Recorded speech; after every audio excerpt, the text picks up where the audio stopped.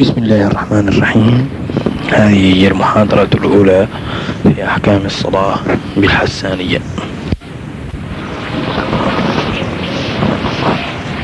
بسم الله الرحمن الرحيم. الحمد لله رب العالمين، صلى الله وسلم على نبينا محمد وعلى آله وأصحابه ومن اهتدى بهديه واستنى بسنته إلى يوم الدين.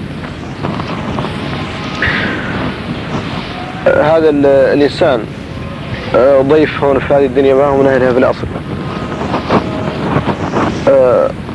نزل الله عز وجل آدم وحواء من الجنة، شر هذه الترابة مهمة، وجايين بتأشيرة مدتها لا مدة هذا العمر الدنيوي المحدود، والمهمة اللي جايين لها هي عبادة مولانا اللي قال فيها الله عز وجل: وما خلقت الجن والإنس إلا ليعبدون ما أريد منهم من رزق وما أريد أن يطعمون إن الله هو الرزاق ذو القوة المتين.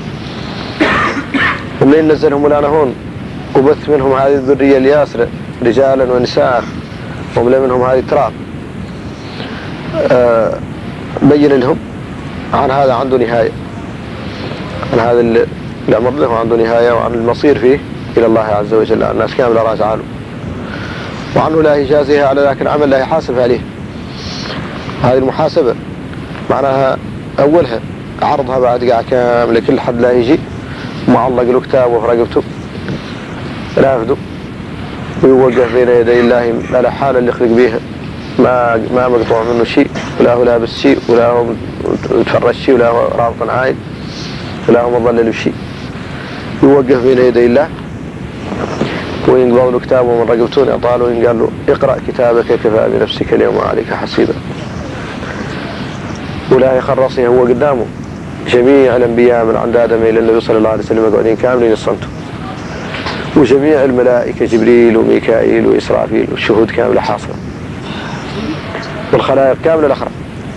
ولا يوقف ويقرأ كتابه وطول بحشيشته يقرأ فيه اللي عدل. ولا يتم يقول: عدلت كذا اليوم الفلاني وتركت كذا اليوم الفلاني، وعدلت كذا الليلة الفلانية وتركت كذا الليلة الفلانية، وهذا يقر به على رؤوس الملأ كامل، ولا يقدر ينكرون شيء.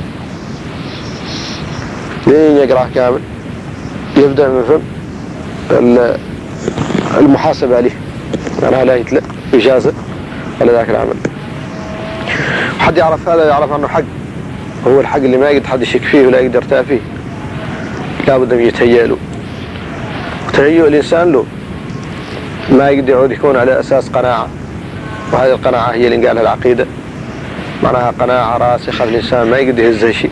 كل الظروف ما تأثر بها، ما تأثر بالسراء، منين تجي النعمة الياسرة من عند مولانا ما ينسى الإنسان ولا يبطر ولا يفرح إلى أن ينسيه ذاك في هذه المبادئ وإلى القناعة اللي هو مقتنع به. ولا تهزها الضراء، معناها منين يجي الإنسان مولي أنواع الكدر والأذى ما تنسيه في هذه العقيدة ولا تهزه فيها. هذه العقيدة هي أساس كل شيء، لا ينبني عليها العمل. والإنسان معدل عدل الله عز وجل من ثلاث عناصر. الإنسان اللي ترعوا فيها لا أحبل مبروم من ثلاث أصراع. واحد منهم ينقال له الروح، وهي نفخة من أمر الله غيبيا نحن ما نعرف شيء. الله عز وجل قال: يسألونك عن الروح يقول: الروح من أمر ربي. يغنى نعرفوا عن الإنسان ما يقدر يتحرك دونها، وعنها منين تنقبوا منه نراعوا فيه يبقى جنازة ما يقدر يتحرك شيء. ونعرفوا عن هذه الروح هي اللي بها حياته. يغير ما نقدر نوصفوها، ما نعرفوا كانها بيضة ولا كحلة طويلة ولا قصيرة زينة ولا شيء، ما نقدر نعرف. احنا مغرشين عليها عنها موجودة، وهي سبحان الله الوسائل تعود مخفية للإخفاء، ألا إياك تقوى العقيدة بكل انت مالك مؤمن بالله عز وجل. يغير ما تقدر تتصوره، لا تدركه الأبصار وهو يدرك الأبصار وهو اللطيف الخبير. انت مؤمن به مقتنع به تمام الاقتناع. يغير ما تقدر تتصور له كيف نهاية. بكل انت مضطر الإيمان بهذا، بكل روحك اللي بين جنبيك اللي هي قرب لك شيء انت مؤمن به وتعرف أنا حق. ما خالق ذلك كافر يلحق بالكفر فاشن كالروح عنه عنده روح. انت مؤمن بروحك شربتها، درى كانك تقدر تصفان مان الله، درى كان عينك تقدر تدركها مان الله، درى كان مدنك تقدر تسمعها مان الله، درى كان قط وقت من الأوقات في كثرة الأخبار جابك تخمامك اللي توصف روحك شنبتها كانها طويلة ولا قصيرة، كانها حمراء ولا كحل، وما له ما قد عليه تخمام. هذا يدلنا على عودان نحن مضطرين للإيمان بالله وبالاستسلام الكامل. منين عندنا مستسلمين؟ الإيمان برواحنا اللي ذينا بتقربها وذينا بتصغرها وذينا بتمكننا منها، ولأننا عارفين الشيء يسوشرون نحن مؤمنين بها جازمين بها. وش كيف الإيمان نصر بالله عز وجل؟ إذا هذا هو الاستسلام الأول، هذه الروح، العنصر الأول من عناصر اللسان. العنصر الثاني هو البدن، لذا هو الله فيه وهو مخلوق من تراب، ولذلك قال الله عز وجل منها خلقناكم وفيها نعيدكم ومنها نخرجكم تارة أخرى. التراب مرتبط به. أولا خلقه الأول قبل قاع يقيس الجنة، قبل آدم يقيس الجنة منها، ورا ذلك فيها نعيدكم إلى مات من الله يندى الله يرجع للتراب. ويسوى الصلخ اللي يقولوا لا كانوه اسبوع لا يعقب يرجع للتراب، وإذا كانوه الحيتان في البحر لا يعقب يرجع للتراب. تحلل بعد الله يرجع به، لا بد أن يرجع للتراب، عنده تربة لا بد أن. ومنها نخرجكم تارة أخرى، لا تلاقين بعد من الله تبعث الخلايا الكاملة إلا من التراب. إذا هذا العنصر اللي هو البدن من التراب. العنصر الثالث هو اللي قالوا العقل. والعقل نور جاي من عند مولانا صابه في الإنسان شره به على الحيوان. والإنسان ما هو أكبر أجسام الحيوانات به، اللي أكبر منه الفيل، ولا هو أقواهم أقوى من الثور والجمل، ولا هو أطولهم عمر، ياسر من الشجر والخلائق الأخرى أطول منه أعمار. شرفوا في هذه الأرض لين عاد اللي فيها كامل مخلق له، خلق لكم ما في الأرض جميعا. شنو سببه؟ سببه هذا النور اللي دار فيه مولانا اللي قالوا العقل. هذا النور داره مولانا في الخلايا الكاملة، يسوى المؤمن منه ويسوى الكافر، إياك تقوم به الحجة على الخلايا الكاملين. مؤمنهم وكافرهم وبرهم وفاجرهم أعطاه مولانا من العقل باشي وكله، وذاك اللي أعطاه منه هو الجاي على أساس الخطاب من عند الله عز وجل. حد ما عنده عقل ما هو مكلف، ما هو خاطئ، وحد عنده عقل جاي الخطاب على أساس عقله من عند مولانا. وهذا العقل هو اللي قاطع العذر.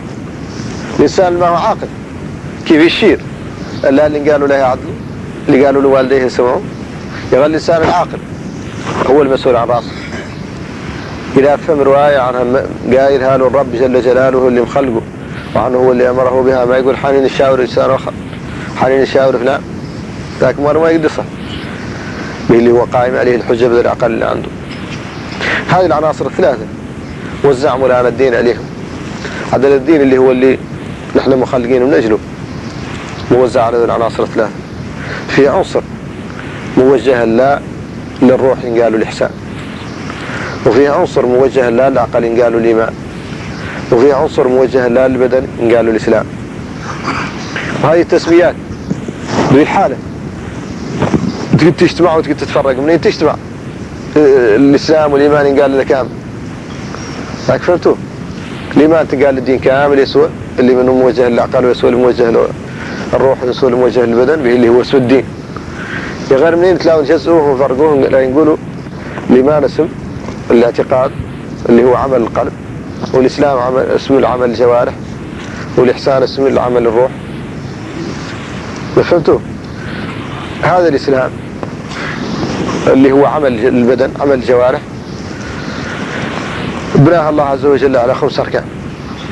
هذه الأركان ما هي قدو اللي هو خطاب فيه أمر وفيه نهي. ذاك الأمر والنهي من تعانقين، مثلا متقادين إلى أقبضنا جانب الأوامر هو الله نجبر فيه الأركان ال5، وإلى أقبضنا جانب النهي حلام الإسلام وملي اللي ترك الشرك، حلام مقتضيات لا إله إلا الله اللي ركن من أركان الإسلام. وكيف ترك قتل النفس التي حرم الله إلا بالحق، وترك الزنا، وترك شرب الخمر، وترك السرقة، وترك كامل اللي ترك المنهيات الكبائر الكبيرة. هذه الأركان من أركان الإسلام غير أركان تركية ما هي فعلية. غير ما يقدر يفهم الإسلام دونها. ما يقدر الشخص يقول أنا مسلم غير أنا ما أصلي، أنا مسلم غير أنا أشرب الخمر.